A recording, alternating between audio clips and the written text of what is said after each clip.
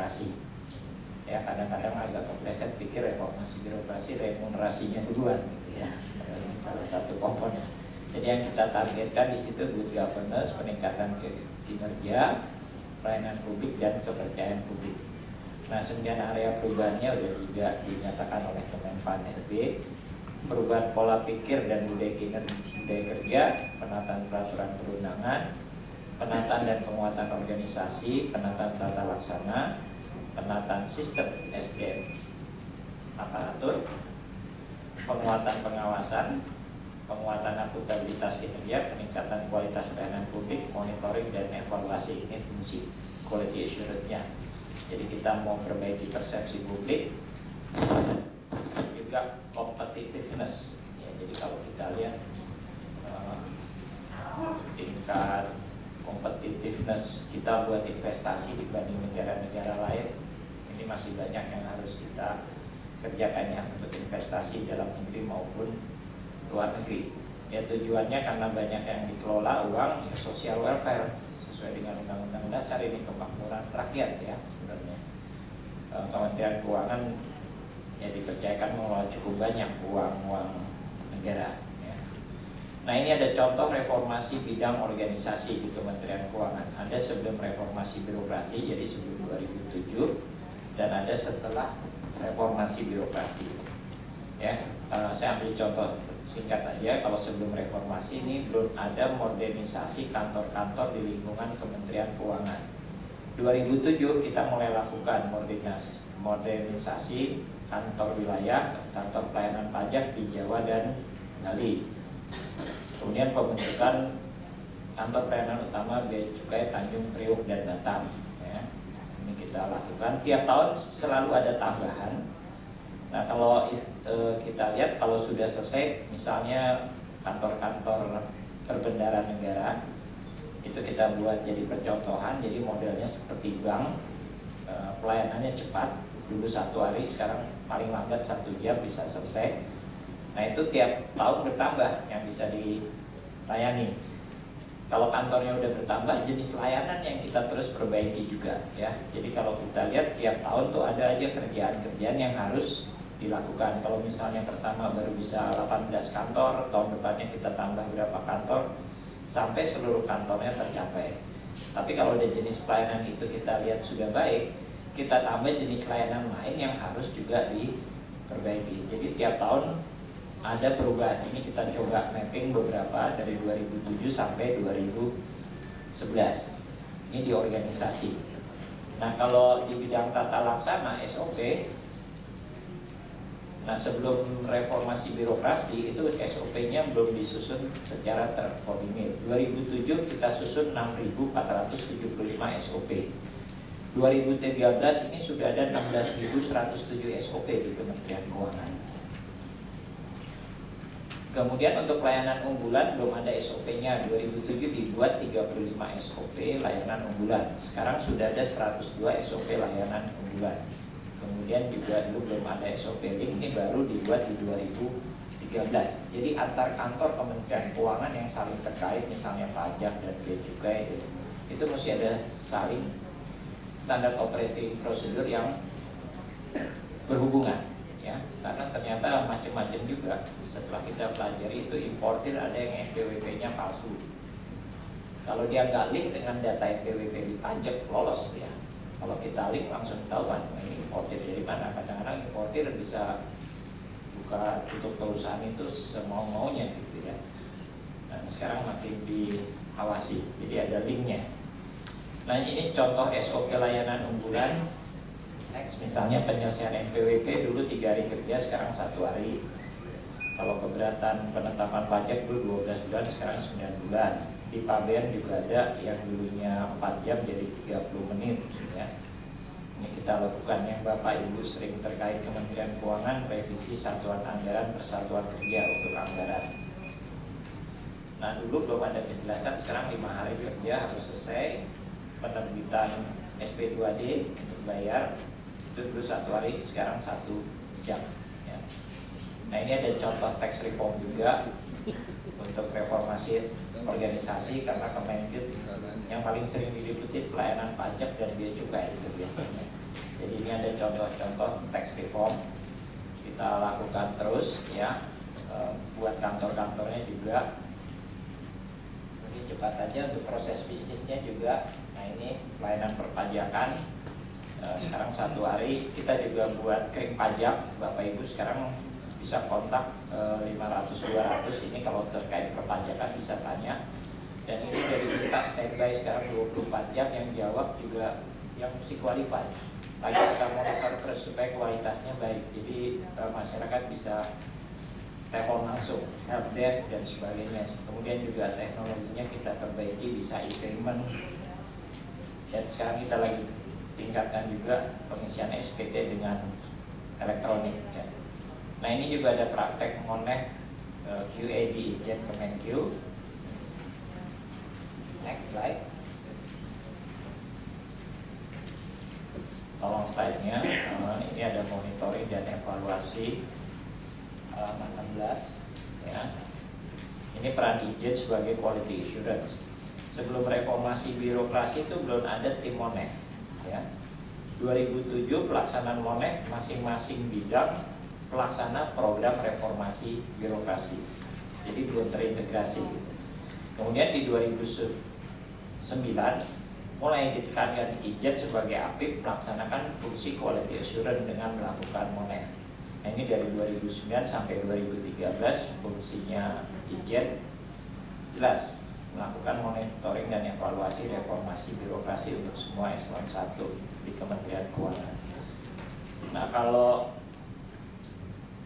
kegiatannya sendiri, materi Moneknya ini juga berkembang. Sebelum reformasi birokrasi itu belum dilakukan Monek. Nah kalau kita lihat materi Monek 2007 itu masih yang relatif simpel, uraian jabatan, SOP layanan unggulan. 2008-nya bergerak terus ya, yang unggulan non unggulan dimasukin, makin lama dia makin banyak yang di Monek. Kalau kita lihat di 2013, next slide. Nah itu yang di Monek udah rencana Monek atas SOP layanan unggulan dan evaluasi menyeluruh. Karena kita udah lewatin siklusnya, sekarang kita mau lihat balik udah semua tercover belum gitu ya. Karena pergerakan ini bisnis di Kementerian Keuangan ini juga bergerak terus. Ekonomi dunia juga modelnya berubah dan sebagainya, kita harus selalu menyesuaikan gitu ya. Jadi ini tantangan-tantangan kita ke depan memang yang nggak akan berhenti-berhenti perubahannya itu sendiri ya Pak Kris, Pak Agus ya. Tiap tahun kita harus lakukan terus ya. Coba kita lakukan seperti apa. Kalau di pelayanan pajak sama bea cukai dan sebagainya kita makin perbaiki sistemnya, orang-orangnya juga cari akal lagi buat menerobos sistemnya. Itu yang kita nggak habis-habis selesaikan gitu ya.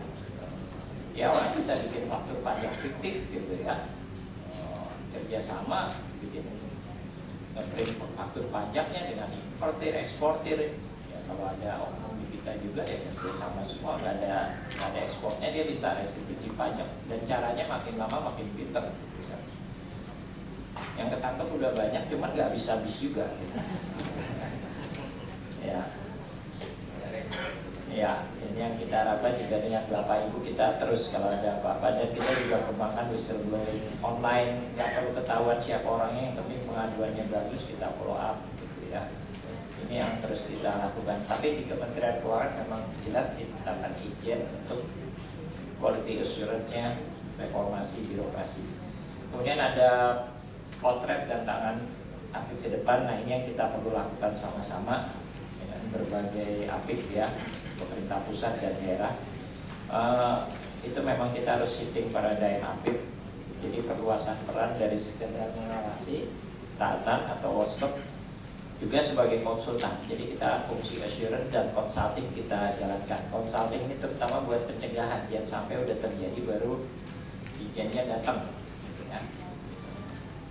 Kedua, perluasan jenis kegiatan assurance tidak hanya audit ketaatan, tapi juga mencakup audit kinerja, audit investigasi, review, evaluasi, pemantauan, dan sebagai compliance office risk management.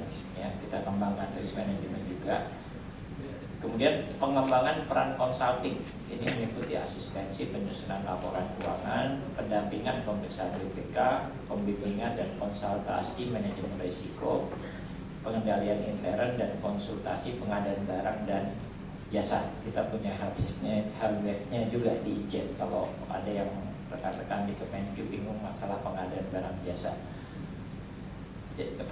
Penerapan risk-based audit planning termasuk memperhatikan kebutuhan manajemen. Jadi kita kadang-kadang untuk audit tahun berikutnya udah nanya eselon 1 masing-masing itu kepentingan kalian apa. Kadang-kadang mereka mau mengembangkan sesuatu tapi ada kesulitan-kesulitan di level bawah atau apa, dia minta bantuannya malah sama Ijen. Kita bikin policy recommendation supaya ada kebijakan yang dibikin. Padahal itu sebenarnya permintaan eselon 1-nya. Kita mau bikin ini koordinasi sama unit lain susah banget. Kalau ada Ijen kan bisa menghubungkan. Jadi dia punya ide apa, nah itu kita kembangkan sama-sama.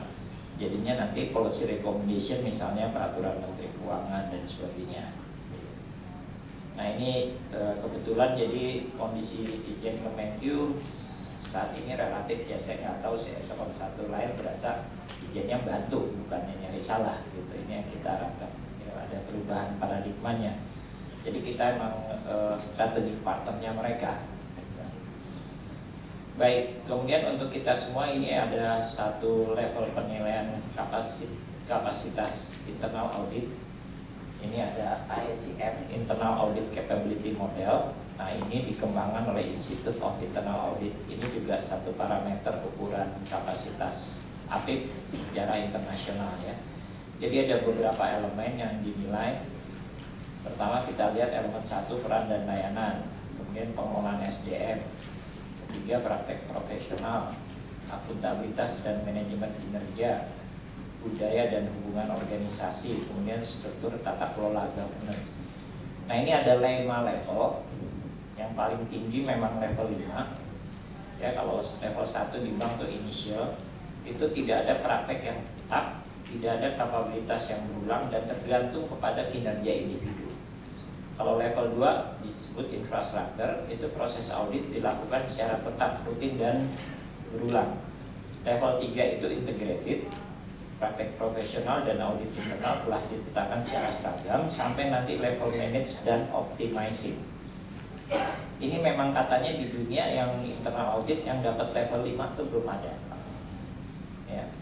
Level 4 ada beberapa di beberapa negara di dunia ada sampai level manage, tapi nggak banyak. Katanya masih bisa dihitung dengan jari, tapi saya nggak nanya waktu itu, kalau jari tangan aja apa plus kaki gitu ya. Tapi katanya masih bisa dihitung.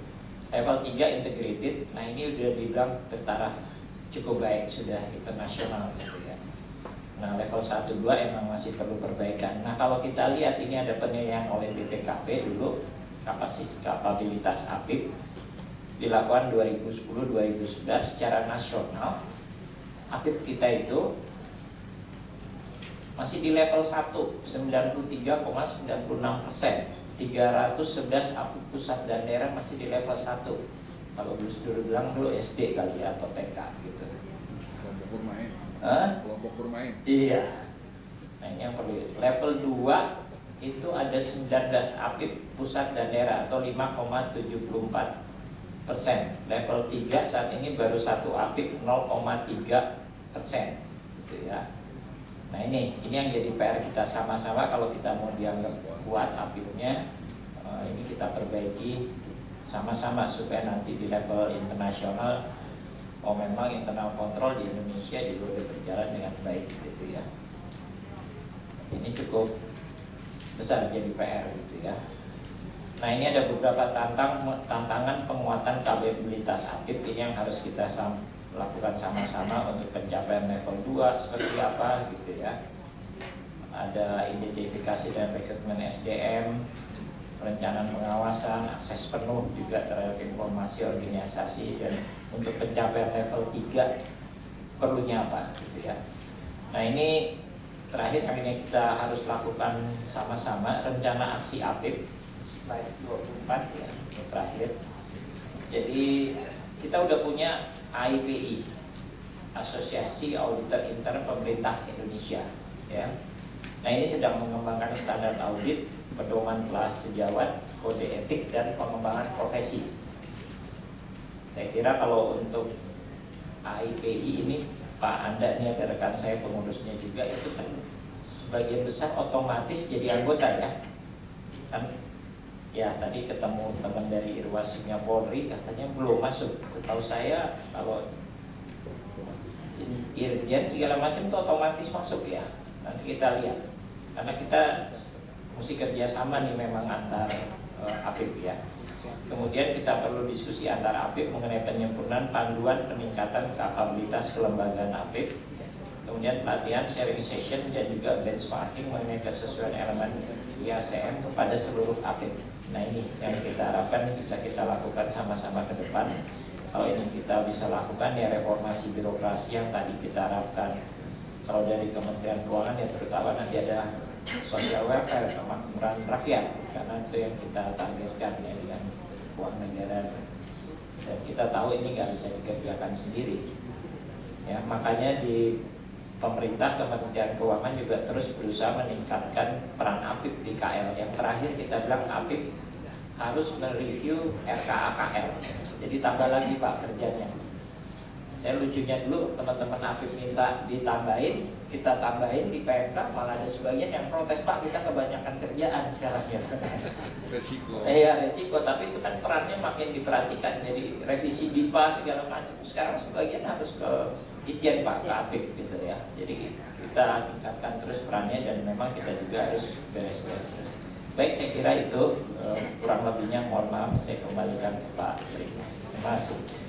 Terima kasih Pak Sony. Bapak Ibu sekalian, paparan dari 3 pembicara sudah selesai.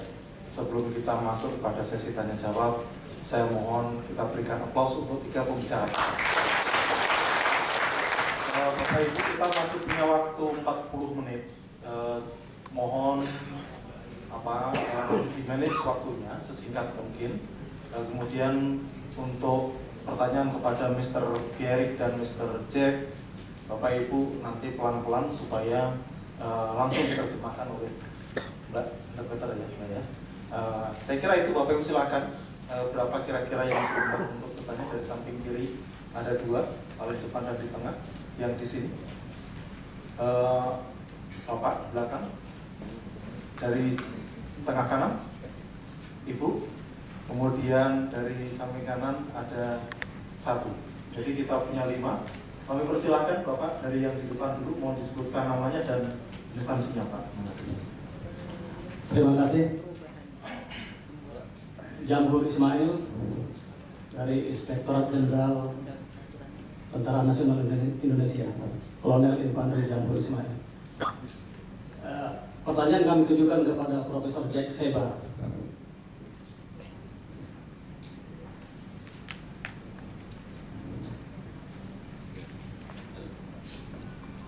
Dari paparan tadi terlihat perjalanan sejarah Prancis dalam hal reformasi birokrasi lebih kurang 400 tahun.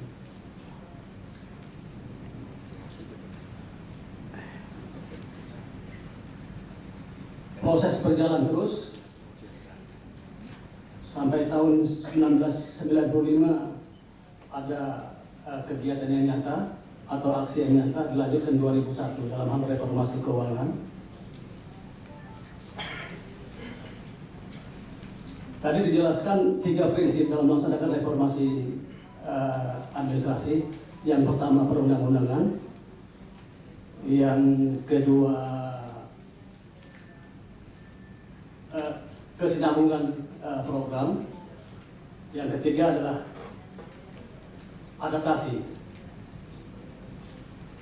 Kami kira dengan kehadiran Profesor Jack Seba di sini berarti dari Prancis mempunyai nilai lebih dalam pelaksanaan reformasi administrasi keuangan.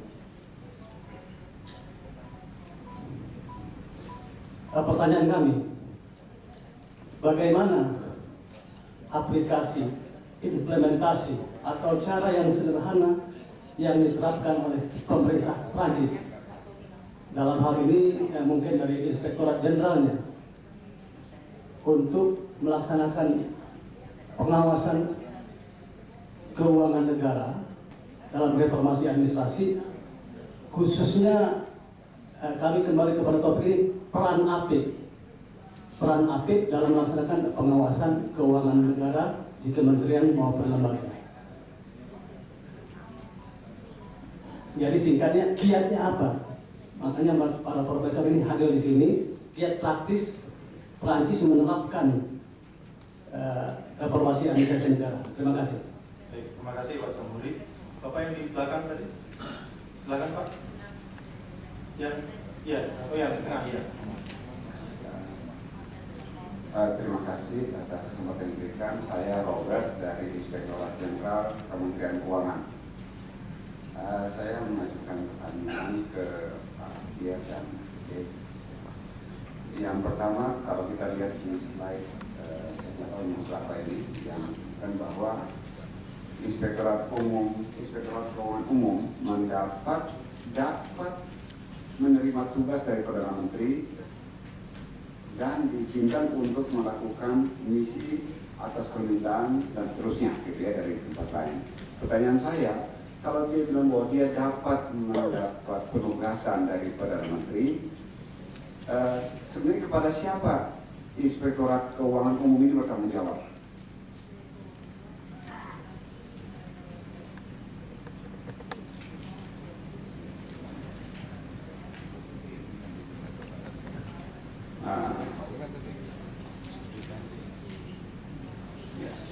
Apakah dia bertanggung jawab kepada Perdana Menteri atau kepada Presiden atau kepada siapa? Yang kedua adalah bahwa dia secara berkala mengumpulkan inspektorat atau inspektur dari masing-masing kementerian dan juga membantu melakukan pendampingan sampai 26% dari kegiatan di inspektorat.